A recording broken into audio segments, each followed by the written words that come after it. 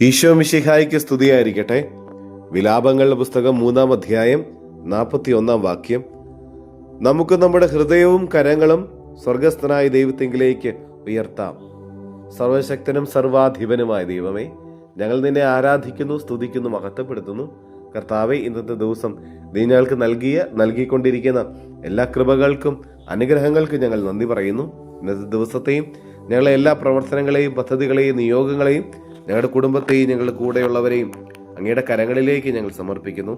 കർത്താവെ, നിർമ്മലമായിട്ടുള്ള മനസ്സാക്ഷിയോടെ വിശുദ്ധമായിട്ടുള്ള കരങ്ങളോടെ നിന്റെ മുമ്പിൽ വ്യാപരിക്കാനായിട്ട് ഞങ്ങളെ അനുഗ്രഹിക്കണമേ. തമ്പുരാനെ, നിന്റെ മുമ്പിൽ പ്രാർത്ഥിക്കുമ്പോൾ വിശുദ്ധമായിട്ടുള്ള ജീവിതമാക്കി ഞങ്ങളെ മാറ്റണമേ. പാപികളും ബലഹീനരുമായി ഞങ്ങൾ നിന്റെ വിശുദ്ധിയിലേക്ക് അടുക്കുവാനുള്ള കൃപ ഞങ്ങൾക്ക് നൽകണമേ. അങ്ങയുടെ പരിശുദ്ധാത്മാവിനെ നൽകി പാപബോധവും പശ്ചാത്താപവും ഞങ്ങൾക്ക് നൽകണമേ. അങ്ങനെ മാനസാന്തരത്തിന് നല്ല ഫലങ്ങൾ പുറപ്പെടുവിച്ച് നിന്റെ ഹൃദയത്തിന് ഇണങ്ങിയ ജീവിതം നയിക്കുവാനായിട്ട് ഞങ്ങളെ സഹായിക്കണമേ. നമ്മുടെ കർത്താവ് ഈശോ മിശിഹായുടെ കൃപയും പിതാവായ ദൈവത്തിന്റെ സ്നേഹവും പരിശുദ്ധാത്മാവിന്റെ സഹവാസവും പരിശുദ്ധ അമ്മയുടെ മാധ്യസ്ഥ്യവും നാം എല്ലാവരോടും കൂടെ ഉണ്ടായിരിക്കട്ടെ, ഇപ്പോഴും എപ്പോഴും എന്നേക്കും. ആമേൻ.